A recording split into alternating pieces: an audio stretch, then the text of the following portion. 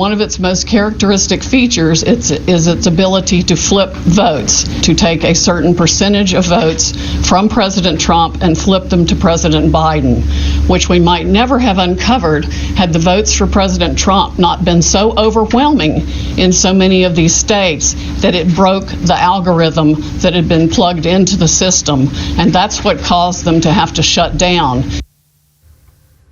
This is unbelievable. That's President Trump's attorney, Sidney Powell, laying out evidence that a corrupt algorithm in the Dominion voting system starts switching votes from President Trump to Biden on election night.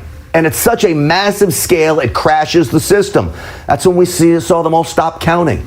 This is why multiple states stopped counting ballots in the middle of the night, she says. But she also says the states, what they did afterwards was absolutely shocking. That's when they came in the back door with all the mail-in ballots, many of which they had actually fabricated. Some were on pristine paper with identically matching perfect circle dots for Mr. Biden.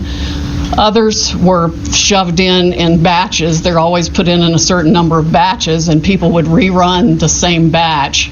This corresponds to our statistical evidence that shows incredible spikes in the vote counts at particular times.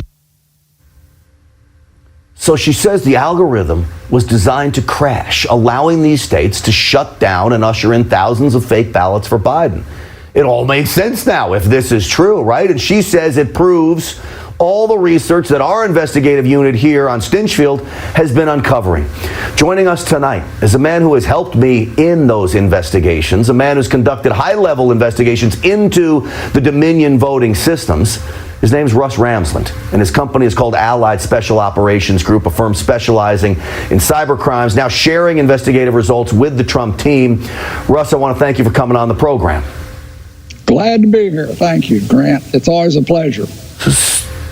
So, Russ, Mayor Giuliani says votes were literally switched electronically.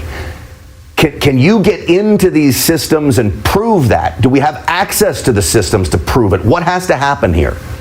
Well, we don't have access yet. We would like to get access, and we're asking for access, but we do not have that access yet. We do need to get into them. I think we can prove the case once we do.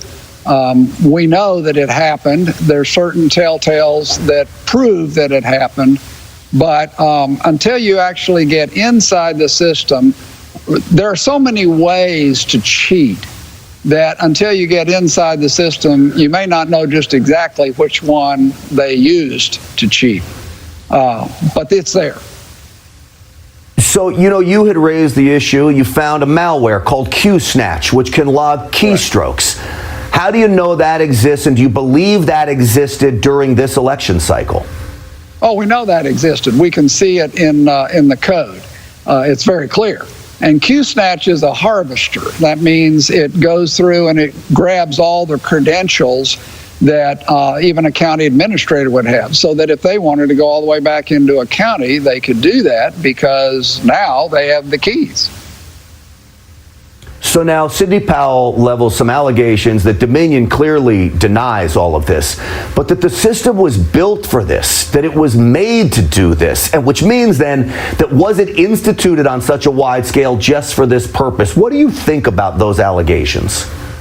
Well, they have an option, or a feature as they call it, that allows you to do ranked voting is what they claim. The problem is you don't really know what that means, but it awards votes on the basis of a point system as opposed to awarding votes like one vote is one vote, so that you end up in some of the raw data seeing votes that are in decimal places. I don't know about you, Grant, but normally when I cast a vote, it's a 1, or in some cases, if I was voting twice, I guess it would be a 2. But the point is, it would never be a 1.33. How's that? No, it makes no sense in an election. So I think the big question from my perspective, and I'm sure our viewers, is how do we prove that this alleged fraud happened? Is there an audit trail in the back-end systems? Are there breadcrumbs, so to speak, that you can find? And is it even possible to even gain access? What will it take? You need a court order? How do you do it? Well, certainly a court order would be great. If we could get a court order to just go into the system, that would be terrific. And I think we can find the breadcrumbs. We know what to look for. We've been watching this thing for a couple of years now. So I think we can really do something here. I'm excited about the possibility to do it. We know that the stuff exists. We know what's going on. We've seen the spikes. The spikes were in such a magnitude that you couldn't possibly be processing votes that fast. It's a little bit like getting a ticket for doing 500 miles an hour in a Volkswagen Jetta. You're just not going to buy it. Yeah. Russ, I'll tell you, you were the one that tipped me off on this foreign server. You download data through it. We put the server address up on our screen the other night, and guess what? Lo and behold, that's disappeared now, been taken offline. Go figure. Russ Ramsland, keep up the good work. I know you're busy. I know you're up in Pennsylvania right now working on this stuff. Thank you. Thanks to Allied Security Operations. We'll talk again soon. Delighted. Thank you, Grant, so much.